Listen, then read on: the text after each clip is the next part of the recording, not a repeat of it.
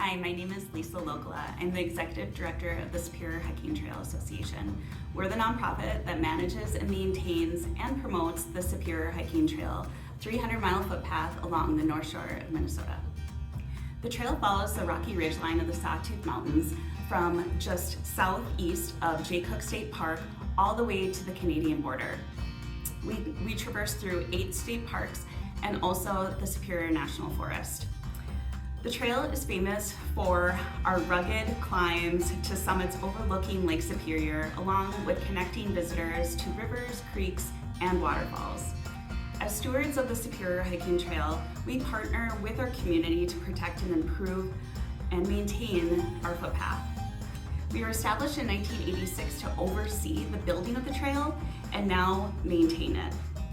The trail has grown in popularity over the years, which means it takes a lot to care for this amazing trail. The trail is free to use, but it costs over $1 million to maintain annually. Our small but mighty nonprofit can't do this work alone. So thank you for rounding up today to support the Superior Hiking Trail Association.